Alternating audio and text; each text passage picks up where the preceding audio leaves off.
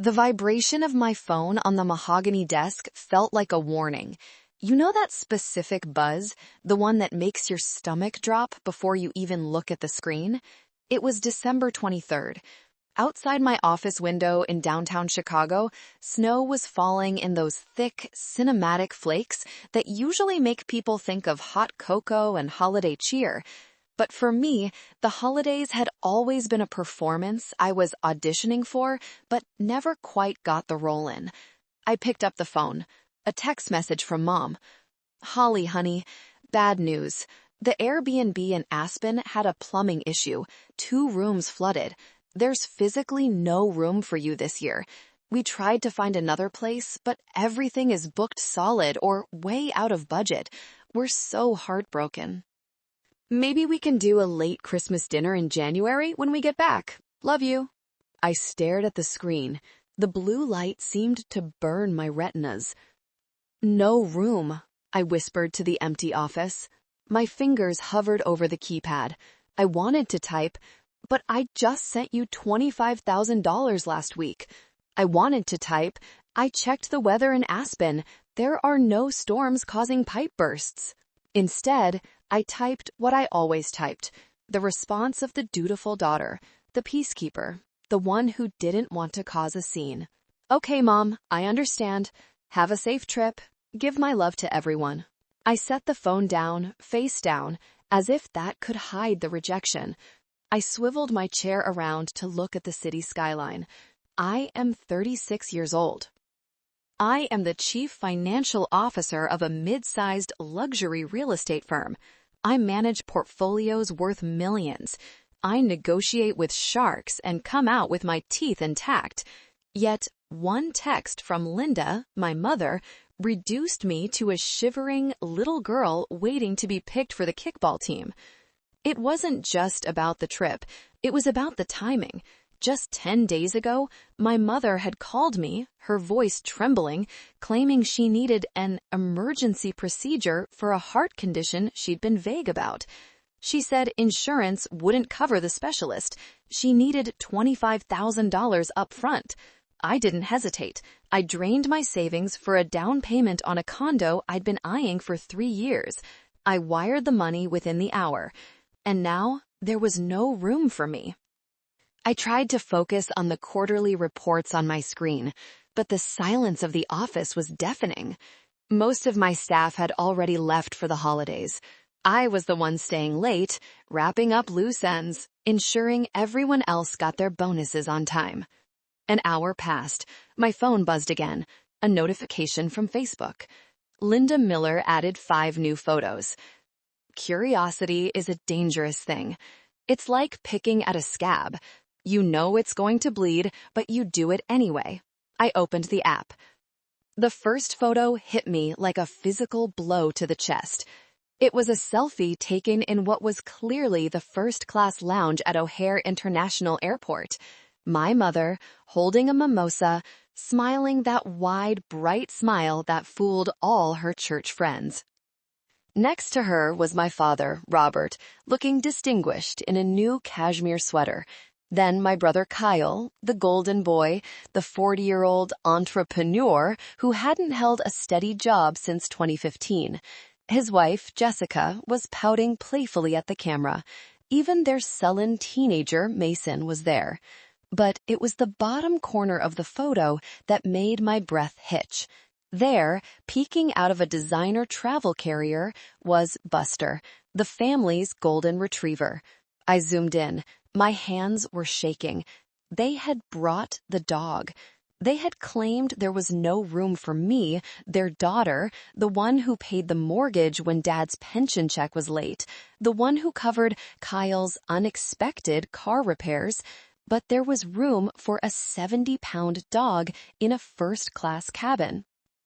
I scrolled to the next photo, a group shot by the fireplace in the lounge. The caption read, "Our perfect pack for New Year's. Finally, a stress-free getaway with the people who matter most. Hashtag blessed, hashtag family first, hashtag Aspenbound." The people who matter most. The phrase echoed in my head, bouncing off the walls of my expensive, lonely office. I wasn't in the pack. I wasn't just excluded. I was erased. I looked at the date stamp, posted 10 minutes ago. I felt a tear slide down my cheek, hot and humiliating. I wiped it away furiously. I wasn't going to cry over this. I was 36, for God's sake. But the pain wasn't just about this one trip. It was the accumulation of 1,000 tiny cuts. It was the years of being the backup plan. It was the realization that my role in this family was not daughter. My role was ATM. I sat there, the glow of the monitor illuminating the mascara smudged under my eyes. I felt small. I felt used. I felt incredibly stupid. But then I noticed something else in the background of the third photo. It was a boarding pass sticking out of Kyle's jacket pocket. I zoomed in until the pixels blurred. I could just make out the airline logo and the flight number. First class. Full fare. I did the mental math instantly. It's an occupational hazard. 5 first-class tickets to Aspen during peak holiday season, plus the pet fee, plus the last-minute booking premiums, that was easily $20,000 right there. The money I sent for the heart surgery. A coldness started to spread through my chest. It wasn't the numbness of grief anymore. It was something sharper, something harder. Before I go any further, I want to say thank you for being here and listening to my story. I know it's not easy to hear about family betrayal, but I appreciate you giving me your time. Please comment down below and let me know what city you're watching from. It helps me feel a little less alone in all this to know where you are. To understand why that photo broke something inside me, you have to understand the history. This wasn't a one-time oversight. This was a pattern, woven into the fabric of my life since I was 16 years old. I remember the first time clearly. It was the summer of my sophomore year. My parents announced a trip to Disneyland. I was ecstatic. I had been saving my babysitting money for mouse ears and churros. 2 days before the trip, my dad sat me down at the kitchen table. "Holly," he said, using his serious voice, the one he used when he was about to disappoint me but make it sound like it was for my own good. "We've been looking at the budget. With Kyle's college tuition going up, we're a little tight. We can't afford a ticket for everyone." Kyle was 20 then. He had failed 2 classes and was on academic probation. I was a straight-A student. "So," Dad continued, "we thought it would be a good opportunity for you to learn some responsibility. Aunt May needs someone to watch her cats while she's in the hospital. You'll stay here." They went to Disneyland. I spent a week scooping litter boxes for a senile aunt who called me Helen. When they came back, Kyle had a new limited edition jacket. Mom brought me a keychain. "It's the thought that counts," she said. That became the refrain of my life. When I graduated college, cum laude, while working 2 jobs, they didn't come to the ceremony. "It's a long drive, Holly," Mom had said, "and Kyle is having a rough time with his breakup. We need to be there for him." They sent a card with a $50 check inside. When Kyle turned 30, they threw him a surprise party at a country club that cost more than my car. I was allowed to come, but I was asked to arrive early to help set up and stay late to clean up. I spent the evening refilling champagne glasses for people who didn't know my name. 14 years. 14 years of missed family vacations. They went to Hawaii when I was 25. No extra bed in the condo. They went to a Caribbean cruise when I was 28. It's a couples retreat thing. You'd be bored. They went to Italy for their anniversary. You're so busy with work, we didn't want to disturb you. Each time, I swallowed the hurt. I told myself it was normal. I told myself that once I was successful, once I made enough money, I could buy my way into their circle. I thought if I became indispensable, they would have to love me. So I became the provider. When Dad's car transmission blew, I paid for it. When Mom wanted to redo the kitchen, I loaned them $5,000 that I never saw again. When Kyle needed bail money after a bar fight, God, I still cringe thinking about that. I was the one who drove down to the station at 3 a.m. with a cashier's check. I bought their love in installments, but the interest rate was killing me. I looked around my office. It was a symbol of my success. I had clawed my way up from a junior analyst to CFO in under a decade. I drove a reliable car, I had a 401k, I had excellent credit. I was the responsible one, the good one. And yet, in the narrative of the Miller family, I was merely a footnote, a resource. I thought about the last conversation I had with my therapist, Dr. Evans. She had asked me, "Holly, why do you keep handing them the knife they used to cut you?" "Because they're family," I had replied. "You don't give up on family." "But have they given up on you?" she asked gently. I hadn't answered her then. But looking at that photo of the dog that had a seat on a plane while I sat in an empty office tower, I knew the answer. It wasn't just exclusion. It was exploitation. They didn't just leave me behind. They used my resources to fuel their joy while leaving me to foot the bill.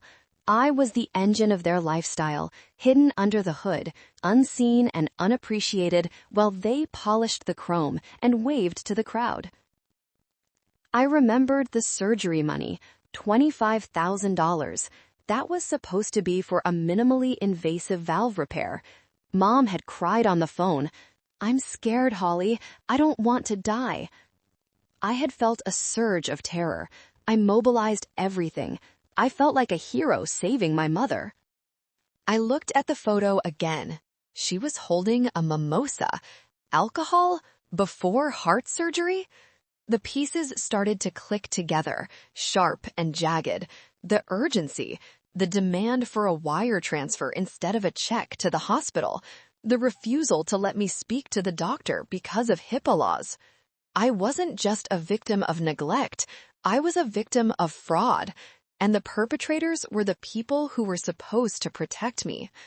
My hands were trembling, not from sadness anymore, but from a surge of adrenaline. The CFO brain, the part of me that hunts down discrepancies in spreadsheets and finds missing assets, kicked into gear. I closed the Facebook tab. I needed hard data. I opened my banking app on my phone. I navigated to the transaction history. December 14th. Outgoing wire transfer, $25,000. Linda Miller personal checking. I had asked to send it to the hospital directly. She had insisted that she needed to pay the specialist in cash to get the discount rate. It sounded ridiculous now, echoing in the silence of my office. But in the moment, blinded by the fear of losing my mother, I had suspended my disbelief. I logged into my mother's email account. I knew her password. It was KyleIsBest1984. She had asked me to set up her iPad years ago and never changed it. I had never snooped before. I respected boundaries, even if they didn't respect mine. But today, the boundaries were gone. I scrolled through her inbox. Amazon, Pottery Barn, Pinterest notifications. And there it was. Confirmation. Aspen Luxury Resort and Spa. Date, December 15th. The day after I wired the money, $12,400 deposit. I clicked on it. It wasn't just a hotel room. It was a suite, the presidential chalet package. I kept scrolling. United Airlines, receipt for 5 passengers plus 1 pet in cabin. Total, $8,600. I did the math on a sticky note. 12,400 plus 8,600 equals 21,000. The remaining $4,000? I found that too. A receipt from Gucci Miracle Mile, a new handbag, probably the one sitting on the floor in the Facebook photo. I felt like I was going to throw up. There was no doctor. There was no heart condition. My mother had invented a life-threatening illness to swindle me out of my down payment money so she could take my brother skiing in luxury. I needed one final confirmation. I needed to hear it. I picked up my office phone and dialed Dr. Henderson's office. He had been our family GP for 20 years. I knew he wasn't a cardiologist, but if Mom had a heart condition, he would know who referred her. Dr. Henderson's office, this is Sarah, the receptionist chirped. Hi, Sarah, this is Holly Miller, Linda Miller's daughter. Oh, hi, Holly, how are you? I'm worried. Mom mentioned something about a heart procedure she needed. I wanted to make sure Dr. Henderson got the updates from the specialist. Silence on the other end. A heart procedure? I'm looking at her chart right now, Holly. She was just here last week for her annual physical.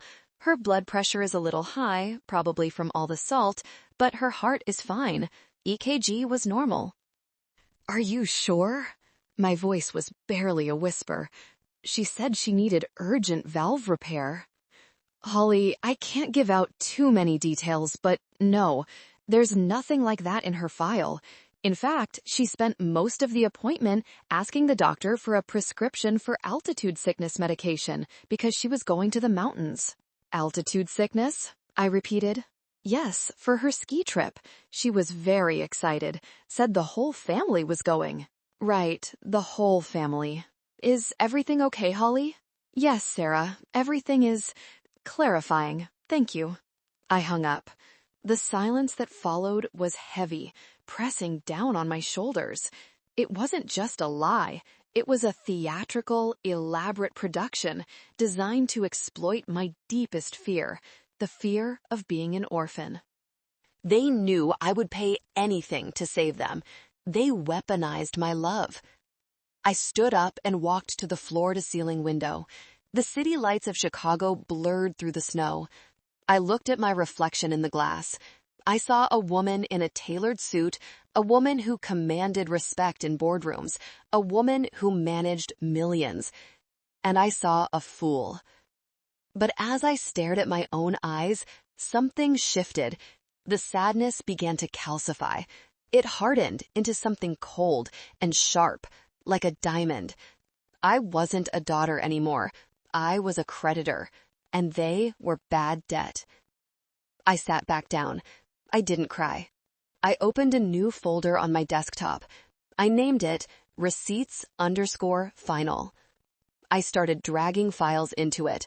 The wire transfer confirmation, the airline receipts from Mom's email, the hotel booking. The credit card statements I had access to because I was a co-signer on Dad's emergency card, which I now saw had a charge for Aspen ski rental pending. This wasn't a family dispute anymore. This was a forensic accounting investigation, and nobody hides assets from me. I looked at the clock. It was 6 p.m. They would be landing in Denver soon, taking the shuttle to Aspen. They were probably laughing, drinking champagne, petting the dog, thinking they had pulled off the perfect heist. They thought Holly would just sit at home, sad and quiet, sending okay texts. They had no idea who they were dealing with. They thought they were dealing with Holly the doormat. They were about to meet Holly the CFO. My phone rang again. It was Kyle. Normally, I would have hesitated. I would have prepared my happy voice, the one that pretended I wasn't hurt. But tonight, I just pressed answer and put it on speaker. I needed to record this. I opened the voice memo app on my work phone and hit record. Hey, little sis. Kyle's voice was loud, booming, slightly slurred. The background noise was a cacophony of laughter and clinking glasses. They were probably in the limo or the shuttle. Hi, Kyle, I said, my voice deadpan. Listen, we just landed. It is snowy as hell here, man. Totally epic. Hey, I needed a favor. Of course. What is it? So, in the rush to pack, you know how Mom gets frantic. I think I left the back door unlocked at my place. And the cats, well, the automatic feeder is finicky. Can you swing by my place, check the door, and maybe just stay there for a few days to keep an eye on things? The heater is acting up too. Wouldn't want the pipes to burst.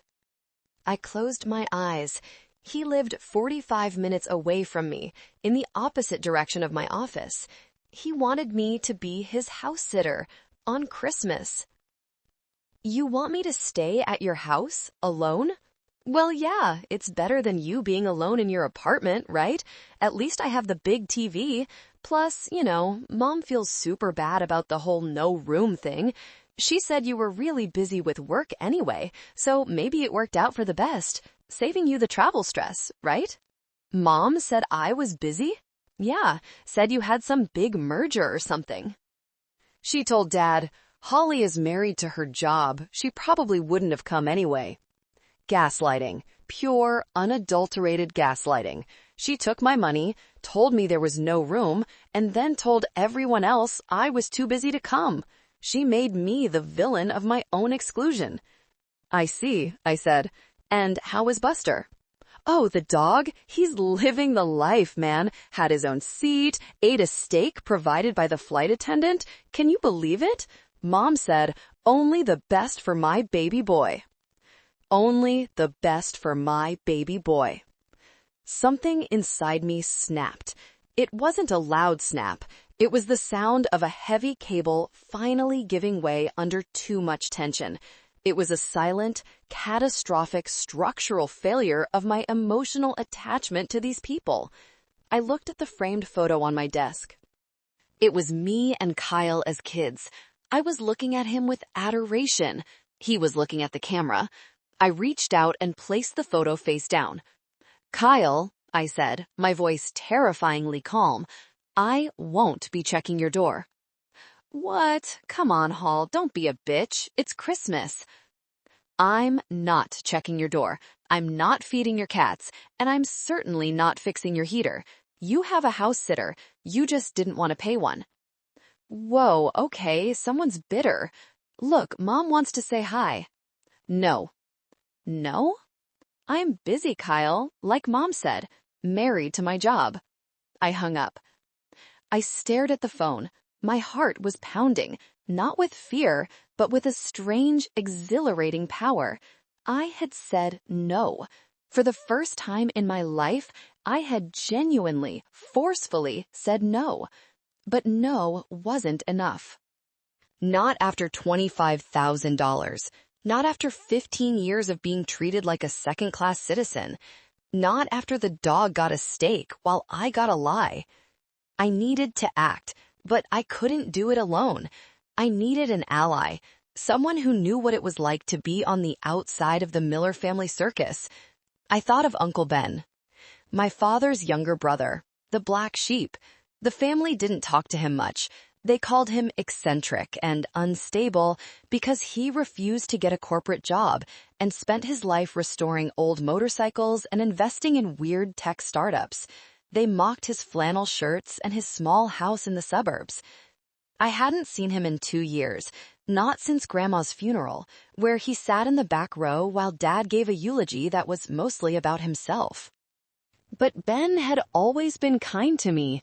He sent me real birthday cards, handwritten, not generic ones signed by Mom. I grabbed my coat, I grabbed my laptop, I grabbed the folder of receipts, printed out now a thick stack of betrayal. I walked out of my office, leaving the lights on. I didn't care. The drive to the suburbs was a blur of snow and red taillights. My mind was racing, formulating a plan, calculating risks, assessing assets. I wasn't crying anymore. I was strategizing. When I pulled up to Uncle Ben's house, it was modest, but glowing with warm yellow light. A real wreath hung on the door, not a plastic one. I knocked. Uncle Ben answered. He looked older, his beard grayer, but his eyes were the same kind, intelligent blue. He was wearing a grease-stained t-shirt and holding a spatula. Holly? He looked shocked. What? Is everything okay? I stood there on his porch, snow melting in my hair, clutching my folder of evidence like a shield. They went to Aspen, Ben, I said, my voice cracking just a little. They took my surgery money, and they went to Aspen with the dog. Ben's face changed. The confusion vanished, replaced by a look of dark recognition. He opened the door wide. Come in, kid, he said gently. Aunt Sarah is making lasagna. Put your coat down. Tell me everything. As I stepped across the threshold, I felt the first real warmth I'd felt all December. I wasn't walking into a house. I was walking into a war room, and I had just found my general. Uncle Ben's kitchen smelled like garlic, roasted tomatoes, and safety. Aunt Sarah, a woman with laugh lines etched deep around her eyes and a hug that could realignment your spine, wrapped me in her arms the moment I walked in. She didn't ask why I was there. She just set a plate of lasagna in front of me and poured a glass of red wine. I ate. I hadn't realized I was starving. Between bites, I laid it all out. I opened the folder. I showed them the wire transfer, the flight receipts, the heart surgery lie, the text about the no room. Ben sat opposite me, flipping through the papers. His expression grew darker with every page. He didn't interrupt. He just read. When he finished, he took off his reading glasses and rubbed the bridge of his nose. "Classic Robert," he muttered. "And classic Linda. They haven't changed a bit. They've just gotten bolder." "I feel so stupid," I admitted, swirling the wine in my glass. "I'm a CFO, Ben. I manage risk for a living, and I let them rob me blind." "You're not stupid, Holly," Sarah said fiercely. "You're a daughter who loves her parents. That's not a weakness. Their exploitation of that love is their sin, not yours." "But $25,000? I put my head in my hands. That was my condo, my independence. Ben leaned forward. "You know why they hate me, Holly?" I looked up. "Because you didn't become a lawyer like Dad?" Ben chuckled. It was a dry, rasping sound. "No, they hate me because I stopped bailing them out in 1998. Your father has been financially insolvent for years. He lives on credit and appearances. He borrows from Peter to pay Paul, and you've been Peter for a long time." "I thought they were wealthy," I whispered. "The country club, the cars." "Least," Ben said. "All of it.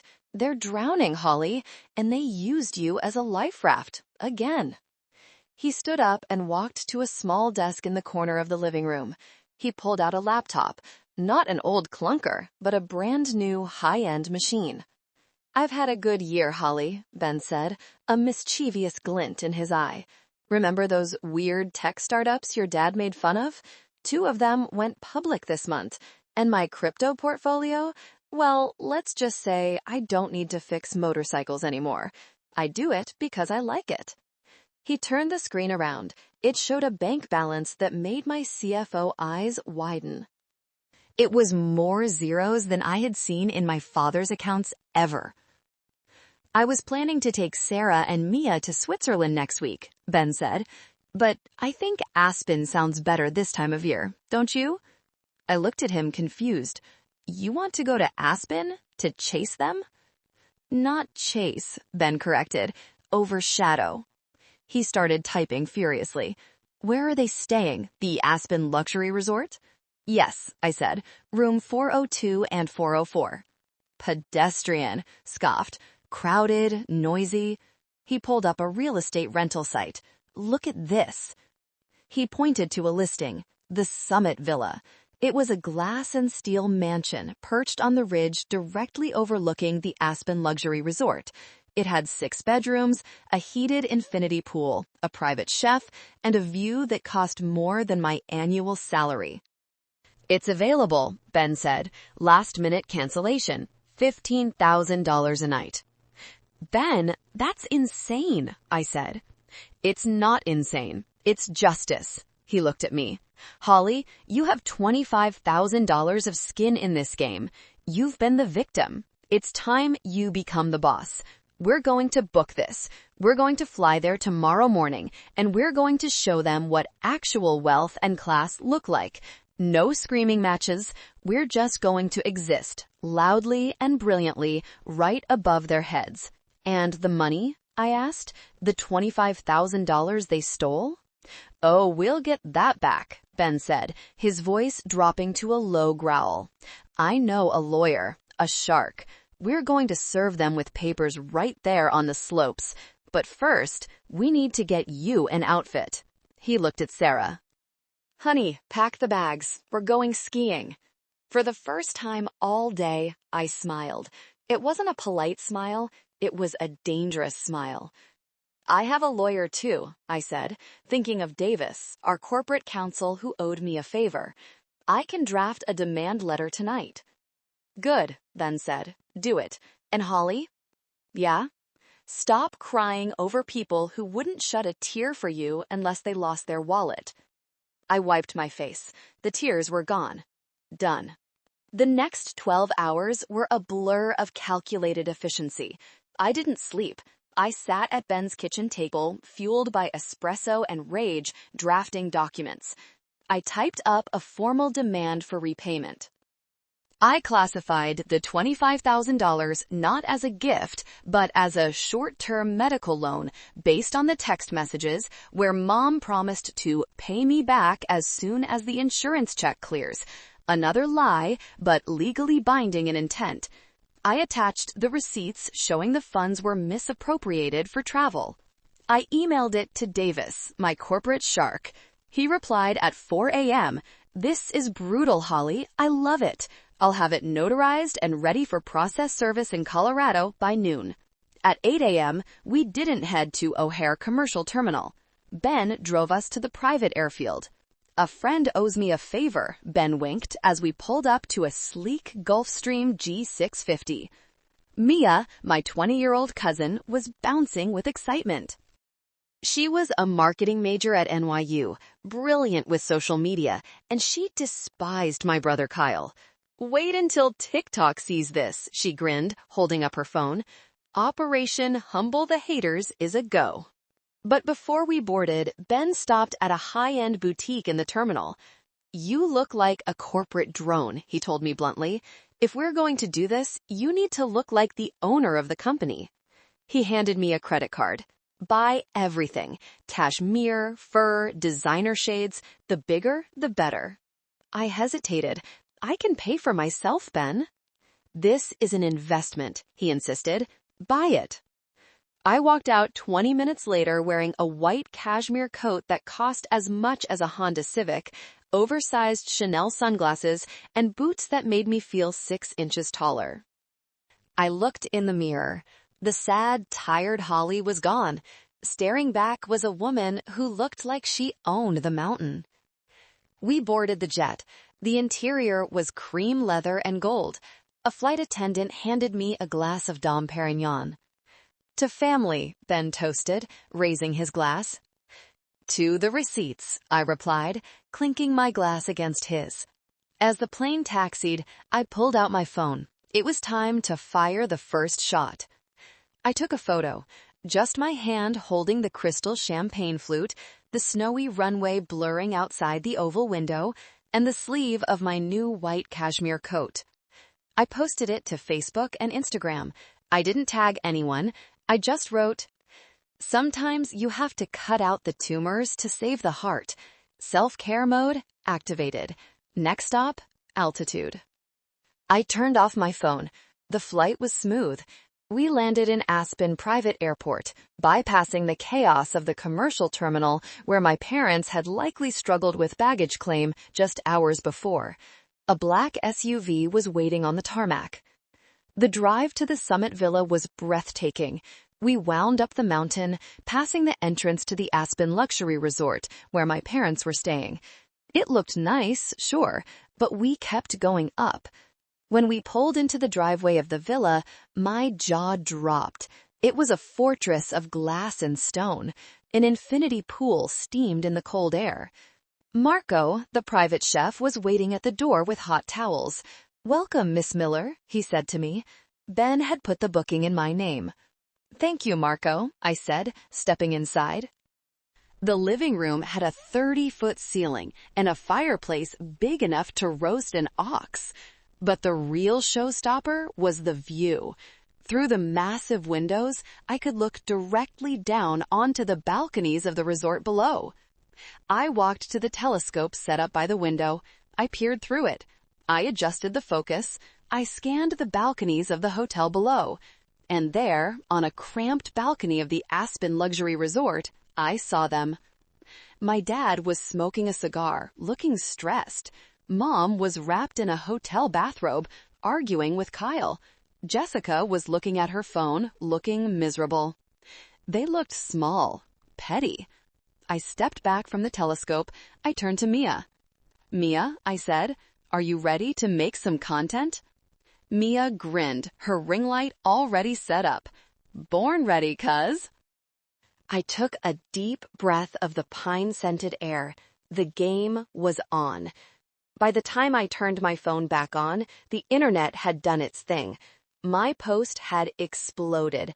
Friends, colleagues, and extended family were liking and commenting.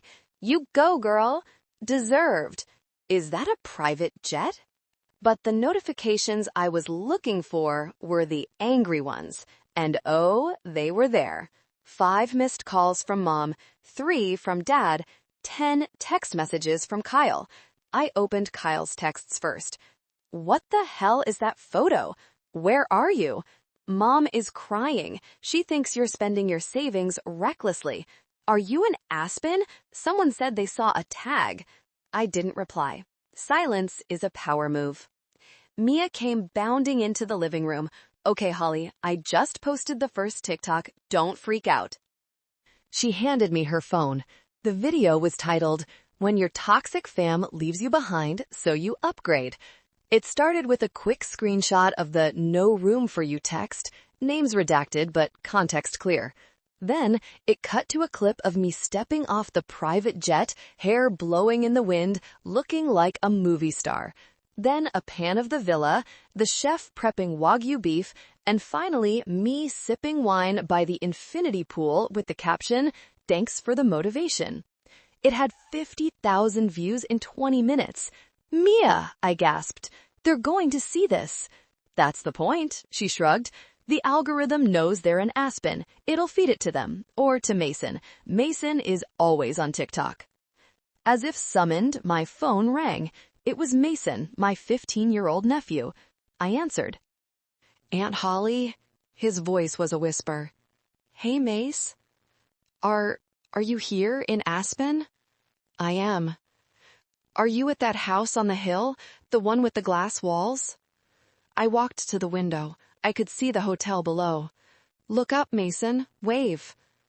I saw a tiny figure on the hotel balcony step out and wave frantically. "Oh my God," he whispered. "Grandma is losing her mind. She saw the Facebook post. She thinks you won the lottery." "Not the lottery, Mason. Just hard work and good friends." "Can I come over?" he asked, his voice cracking. "It sucks here. Mom and Dad are fighting because Dad's credit card got declined at the ski rental. Grandma is complaining that the room smells like wet dog because Buster peed on the carpet." I felt a twinge of pity for the kid. He was innocent in this. But he was also a spy. "Not right now, Mason. I have some business to handle, but keep watching TikTok." "Okay, cool. You look awesome, by the way, like a villain in a movie." "Sometimes you have to be the villain to get the happy ending," I said. I hung up. Dinner that night was surreal. Marco served us a 5-course meal. We laughed, we drank vintage Bordeaux. Uncle Ben told stories about Dad when they were kids, stories I'd never heard, about how Dad used to cheat at Monopoly and cry when he lost. "He never learned," Ben said, swirling his wine. "He thinks the world owes him a boardwalk hotel." "Well," I said, cutting into my steak, "he's about to find out he's bankrupt." My phone buzzed again, a voicemail from Mom. I played it for the table. "Holly, pick up the phone." "This is ridiculous. We know you're here. Mason said he saw you. How dare you come to our vacation spot and not say hello? And where did you get that money? Did you steal from the company? I'm worried about you, sweetie. You're having a breakdown. Come to our hotel immediately so we can help you. We have leftover pizza." "Leftover pizza?" "The audacity," Aunt Sarah murmured. "She steals your money and offers you crusts?" "She's scared," Ben analyzed. "She sees money she can't control. And she's projecting, "Did you steal from the company?" That's what she would do. "I'm not going down there," I said firmly. "No," Ben smiled. "You're not. They're going to come to us. Wealth has a gravity, Holly. It pulls the parasites in." He was right. But before they arrived, I had one more bomb to drop. I opened my email, I attached the demand letter and the receipts. I sent it to my mother, my father, and Kyle. Subject: repayment of unauthorized loan due immediately. I hit send. "Bon appetit," I said. The next morning, the contrast between our two worlds couldn't have been starker. I woke up in a bed with sheets that felt like woven clouds. I pressed a button, and the automated blinds rose to reveal a panoramic view of the snow-capped Rockies, bathed in pink morning light. Marco had prepared an espresso and a bowl of fresh berries waiting on the nightstand. Down below, at the Aspen luxury resort, chaos was unfolding. How did I know? Because Mason was texting me live updates. Dad is screaming at the front desk. "They locked us out of the room 'cause the card declined for the incidentals." "Grandma is crying saying you hacked her bank account." "Buster threw up in the lobby." I felt a cold satisfaction. It wasn't joy exactly. It was the feeling of balance being restored. Karma wasn't a mystical force. It was cause and effect. We decided to go skiing. Ben had rented the best gear money could buy. We had a private instructor. We bypassed the long lift lines with VIP passes. As we glided down the mountain, I saw them. It's hard to miss my mother's neon pink ski suit. They were arguing near the bunny slope. Kyle was throwing his poles into the snow. Dad was red-faced, yelling at a lift operator. I skied past them, carving a perfect line in the powder. I was wearing all white, blending into the mountain, invisible yet omnipresent. I stopped about 50 yards down and watched. Kyle saw me. He squinted, then his eyes went wide. He pointed. "Holly!" he screamed. His voice carried over the snow. I didn't wave. I just adjusted my goggles and pushed off, speeding down the slope, leaving a cloud of powder in my wake. I felt free. For the first time in my life, I wasn't waiting for them. I was leaving them behind. When we got back to the villa, Mia showed me the latest metrics. Her video had hit 2 million views. The comments were starting to turn into a mob. People were analyzing the background of my mom's photos, finding the inconsistencies. The internet sleuths were figuring it out. But then the mood shifted. I received a notification from my work email. Subject: urgent, HR inquiry regarding ethics violation. My heart stopped. I opened it. It was from the head of HR at my company. "Miss Miller, we received a disturbing email this morning regarding potential embezzlement and elder abuse. Given the seriousness of these claims and the attached photos of your mother in distress, we need to schedule a call with Mr. Sterling immediately." My blood ran cold. "What is it?" Sarah asked, seeing my face pale. "Jessica," I whispered, "my sister-in-law. She emailed my boss. She accused me of embezzlement." I felt the panic rising. This was my career, my reputation. Jessica knew exactly where to hit.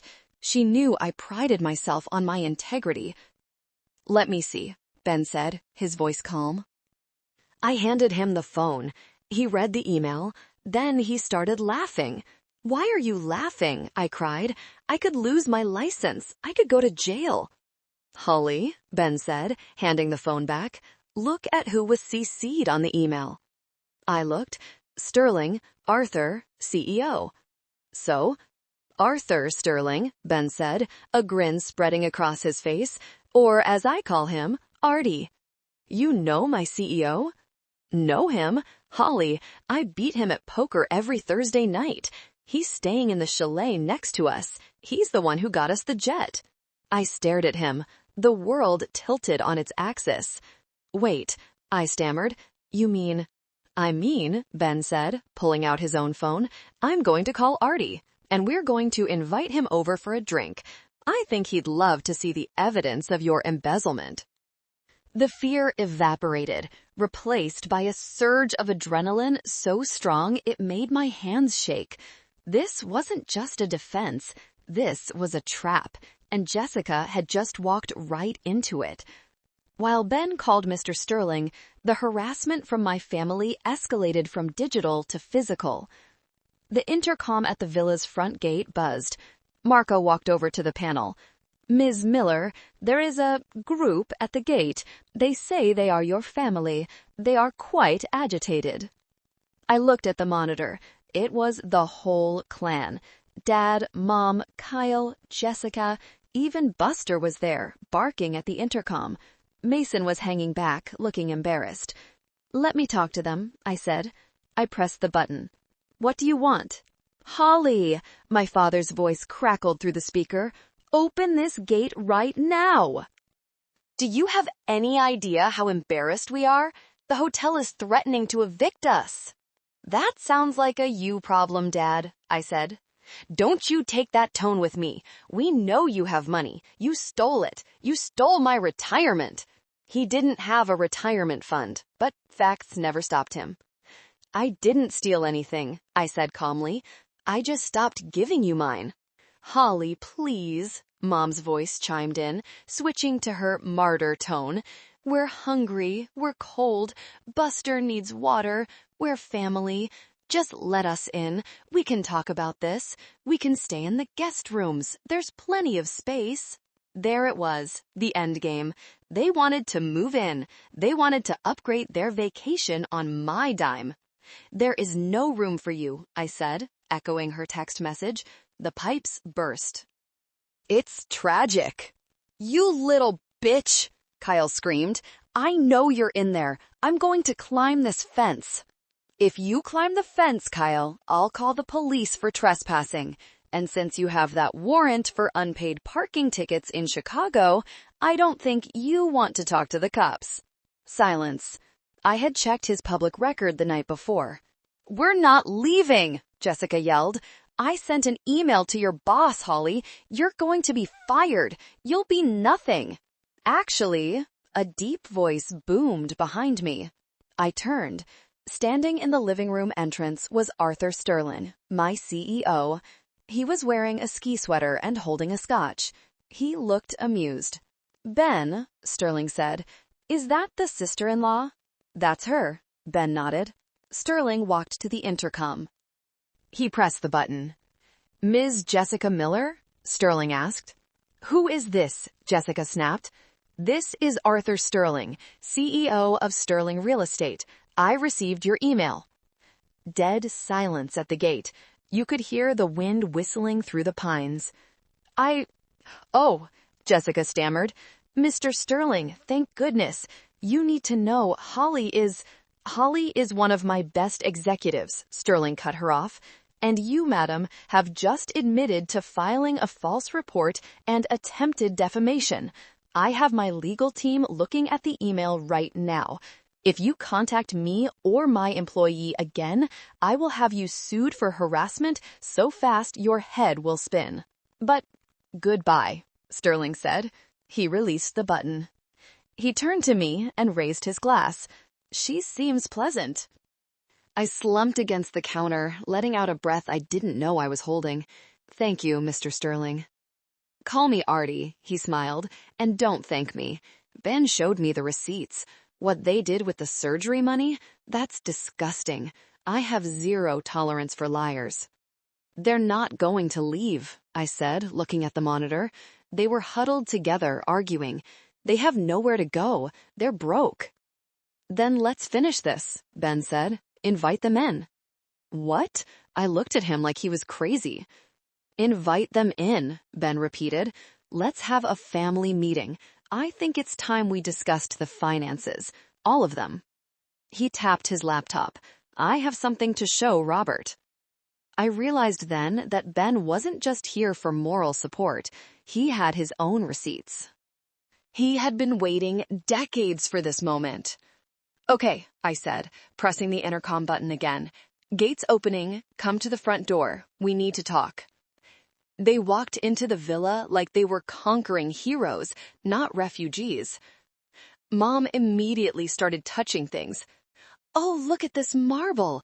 Robert, look at this view. Why didn't we book this place?" "Because it costs 15 grand a night, Linda," I said, standing by the fireplace. They froze. They saw me. Then they saw Uncle Ben. "Benjamin?" Dad sneered. "What are you doing here? Did you fix the boiler?" "I'm renting the place, Bob," Ben said, not rising from his leather armchair. "You?" Dad laughed. "With what money? Did you sell a kidney?" "Something like that," Ben smiled. Then they saw Mr. Sterling. Jessica gasped. She recognized him from the company website. Her face went pale as a sheet. "Sit down," I commanded. It was the first time I had ever given an order to my parents. Surprisingly, they sat. They took the long leather sofa. Me, Ben, and Sterling stood facing them. It felt like a tribunal. "So," Kyle started, trying to regain bravado. "Nice place. A bit sterile for my taste, but—" "Shut up, Kyle," I said. "Excuse me?" I said, "Shut up. We're here to talk about the $25,000. Mom burst into tears.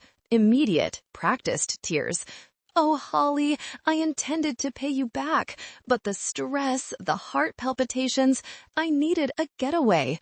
The doctor said fresh air would be good for me." "I spoke to Dr. Henderson," I said. "He said you asked for altitude sickness pills." Mom stopped crying instantly. She glared at me. "You violated my privacy. You violated my trust. You committed fraud." "It's family money," Dad shouted. "It all goes to the same pot. Who cares who spent it? We raised you. We paid for your braces. We put a roof over your head." "And I have paid you back tenfold," I said. "But that ends today. I want my money back now." "We don't have it," Jessica spat. "You know we don't. That's why we're here. The hotel locked us out. We need you to pay the bill so we can get our luggage." "No," I said. "No?" Dad stood up, his face reddening. "You listen to me, young lady. You will write a check, you will apologize to your brother for embarrassing him, and you will—" "Or what?" Ben interrupted. "Or she's out of the will," Dad roared. "Disowned. Cut off." I laughed. A dry, hollow laugh. "The will? Dad, what will? You have nothing to leave. You have debt. That's it." "I have assets," Dad blustered. "The house, the investments." "Actually," Ben said, opening his laptop, "let's talk about the house." He projected his screen onto the massive TV above the fireplace. It was a document, a mortgage deed. "Robert," Ben said, "you took out a second mortgage on the house 3 years ago to fund Kyle's crypto venture, which, as we know, went to zero." Kyle looked down at his boots. "Then," Ben continued, clicking to the next slide, "you defaulted on that loan 6 months ago. The bank sold the debt." "So what?" Dad said, sweating now. "I'm negotiating with the bank." "No, you're not," Ben said. "Because the bank sold the debt to a private holding company, Blue Sky Ventures, LLC. "Who is Blue Sky Ventures?" Mom asked, trembling. "I am," Ben said. The silence in the room was absolute. Even Buster stopped panting. You own my house?" Dad whispered. "I do," Ben said. "And since you haven't made a payment in 6 months, and since you just spent $25,000 on a vacation instead of your mortgage, I'm initiating foreclosure proceedings, effective immediately." "You can't do that!" Kyle screamed. "Your family." "Family?" Ben stood up. "You treated Holly like a servant for 15 years. You treated me like a failure for 40. You don't get to play the family card when the deck is stacked against you." "Ben, please," Mom sobbed, real tears this time. "Where will we live?" "I don't know," Ben said. "Maybe you can stay in the Airbnb that flooded. Oh, wait, that was a lie, too." This was the moment. The snap had happened for me earlier, but this was the crush for them. The reality of their financial house of cards was falling down around them. But Jessica wasn't done. She looked at Sterling. "Mr. Sterling," she pleaded, "you see what kind of people they are? Cruel, vindictive. Surely you don't want a CFO who treats her parents like this?" Sterling took a sip of his scotch. He stepped forward. "Miss Miller," he said to Jessica, "I built my company on transparency. Holly is the most transparent person I know. You, however, sent me an email accusing her of theft using falsified medical claims. My legal team tells me that constitutes libel per se." He pulled a paper from his jacket pocket. "This is a cease and desist and a notice of intent to sue for damages to my employee's reputation. If you don't publicly retract your statements and apologize to Holly, I will tie you up in court until you're selling that fake Gucci bag to pay for a public defender." Jessica slumped back onto the sofa, defeated. I looked at them. My father, broken. My mother, sobbing. My brother, furious but impotent. My sister-in-law, terrified. "I want my $25,000, I said quietly, "or Ben takes the house tomorrow." "We spent it," Kyle whined. "It's gone."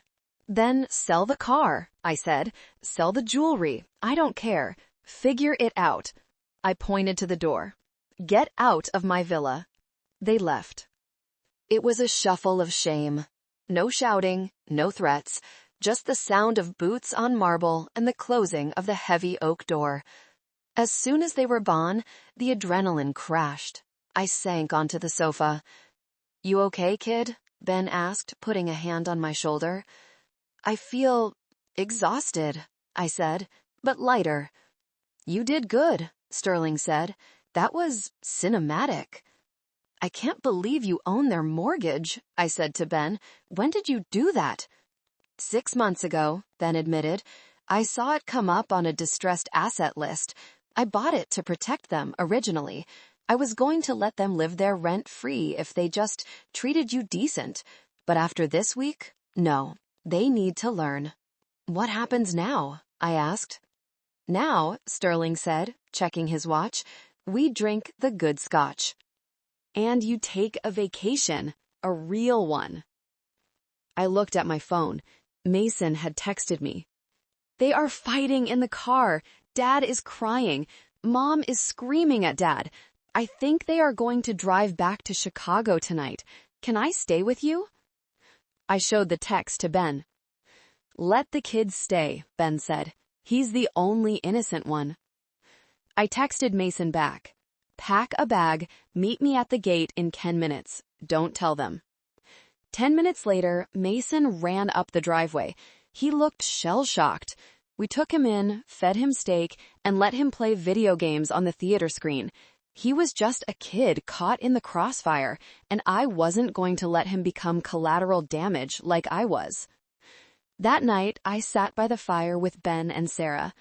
"You know," I said, "I always thought if I stood up to them, I'd die." "I thought the guilt would kill me." "And?" Sarah asked. "I'm still alive," I smiled. "You're more than alive," Ben said. "You're free." We spent the next 4 days in Aspen living like royalty. We skied, we ate, we laughed. I didn't think about my parents once, except when my lawyer sent me updates on the repayment plan they were frantically trying to assemble. Before we move to the final confrontation, I just want to say, you guys are amazing. If you've stuck with me this far, you are a persistent, wonderful person. Please hit that like button and comment the number 1 below so I know you're riding shotgun with me on this revenge tour. Your support fuels me. I thought it was over, but narcissists never go down without one last flail. 2 days later, on our last night, the gate buzzer rang again. It was just Dad, alone. "Holly," he said, "please, just 5 minutes. Man to woman, father to daughter." I looked at Ben. He nodded. "I'll be right here." I walked out to the gate. It was snowing lightly. Dad looked old. He looked smaller than I remembered. "Here," he said, handing me a check. It was for $5,000. "It's all I could scrape together right now," he said. "I sold the Rolex, and I borrowed some from a friend." I took the check. "It's a start." "Holly," he said, his voice trembling, "we made mistakes. I know that. But taking the house, that's cruel. That's your childhood home." "It's a building, Dad. A building you leveraged to fund a lie. I was trying to keep the family happy," he shouted, a flash of the old anger returning. "You don't understand the pressure. Kyle, he needs help. He's not strong like you." "So you punished the strong child to save the weak one?" I asked. He stopped. He looked at me. Really looked at me. "You didn't need us," he said softly. "You never needed us. You were always self-sufficient. Kyle needed us." "I needed love, Dad. Not money. Love. We loved you." "No, you loved what I could do for you." I tore the check in half. "Keep your money," I said. "Use it to move, because Ben isn't bluffing. You have 30 days to vacate." "Holly!" "Goodbye, Dad." I turned and walked back up the driveway. I didn't look back. I heard him calling my name, but the wind swallowed the sound. When I got inside, I felt a pang of sadness. It was the final severing of the cord. But then I saw Mason playing Mario Kart with Mia, laughing. I saw Aunt Sarah knitting by the fire. I saw Ben pouring tea. I realized I hadn't lost a family. I had just pruned a dead branch so the rest of the tree could survive. The legal aftermath was swift and brutal. With Sterling's legal team backing me and Ben's ownership of the debt, my parents had no leverage. They sold the house to avoid foreclosure. Ben graciously allowed them to sell it on the market rather than seizing it, so they could keep any equity left over. There was almost none. After paying off the mortgage, to Ben, and the other debts, they walked away with about $10,000. They moved into a small 2-bedroom apartment in a less desirable part of town. Kyle and Jessica had to move in with them because they couldn't afford rent on their own. I heard through the grapevine that it was a nightmare. 4 bitter adults and a dog in 900 square feet. Mason? He asked to live with me. It was a big decision, but I had the space, I had the means, and I saw myself in him, the quiet, observant kid who just wanted a chance. I petitioned for guardianship. Given the instability of his home life and the fact that I was a stable, wealthy relative, and crucially, Mason was 15 and could choose, the judge granted it. Kyle didn't even fight it. He said, "One less mouth to feed." That broke my heart for Mason, but it confirmed I made the right choice. The receipts folder on my computer was finally closed. I didn't need it anymore. The truth was out. Everyone knew. Ben took the money from the house payoff and put it into a trust fund for Mason. For college, he told me, so he doesn't have to rely on them. I got my $25,000 back, eventually. Not from my parents, but from the airline. It turns out when you provide proof of fraud and unauthorized use of funds, coupled with a police report, which I filed, you can sometimes get a refund. It took months, but I got it. I donated it all to a heart health charity. In Mom's name. I thought that was a poetic touch. Kyle tried to start a GoFundMe for his unjust eviction. I reported it for fraud. It was taken down in 24 hours. Jessica tried to get a job at a rival real estate firm. Mr. Sterling made one phone call. "Just checking references," he said. She didn't get the job. They were learning, slowly and painfully, that actions have consequences, that you can't gaslight your way out of math. 6 months later, I received a letter. It was a wedding invitation, a cousin on my dad's side. I knew my parents would be there. I debated not going. But then I looked at my new life. I had Mason, who was getting straight A's and actually smiling. I had Ben and Sarah. I had a boyfriend, a lawyer I met through Davis, who thought my receipts folder was hot. I decided to go. I walked into the reception hall wearing a red dress. Not white, not black, red, bold, alive. My parents were at a table in the back near the kitchen. They looked tired. Mom's hair wasn't done. Dad's suit was ill-fitting. They saw me. They didn't wave. They looked down at their plates. I didn't go over to them. I didn't make a scene. I danced with Mason. I laughed with my cousins. At one point, I went to the bar to get a drink. Mom sidled up to me. "Holly," she hissed, "are you happy? Look at us. We're miserable." "I am happy, Mom," I said honestly. "How can you sleep at night?" "On 800 thread count sheets in a condo I own," I said, with a clear conscience. She stared at me with pure venom. "You were always a cold bitch." "No, Mom," I said, leaning in. "I was a warm, loving daughter. You're the one who turned off the heat." I walked away, and for the first time, I didn't feel the need to look back to see if she was watching. I knew she was, and I knew she was seeing exactly what she had thrown away. It's been a year since Aspen. My life is unrecognizable. I was promoted to senior VP at Sterling Real Estate. Artie said as he likes my killer instinct. Mason is thriving. He's on the debate team. He learned from the best. He visits his parents occasionally, but he calls my place home. Uncle Ben and Aunt Sarah are my rocks. We do Sunday dinner every week. No drama, just food and laughter. I haven't spoken to Kyle or my parents since the wedding. I blocked their numbers. I blocked their emails. Sometimes I miss the idea of them. I miss the fantasy of the family I wanted them to be, but I don't miss the reality of who they were. I learned that family isn't blood. Blood is just biology. Family is behavior. Family is showing up. Family is not leaving you behind on Christmas. If you are listening to this, and you are the Holly of your family, the provider, the fixer, the one who is always left out but expected to pay up, please listen to me. Stop. Stop paying. Stop fixing. Stop waiting for them to change. They won't. Take your money, take your energy, and invest it in yourself. Buy the ticket. Take the trip. Build your own villa on the hill.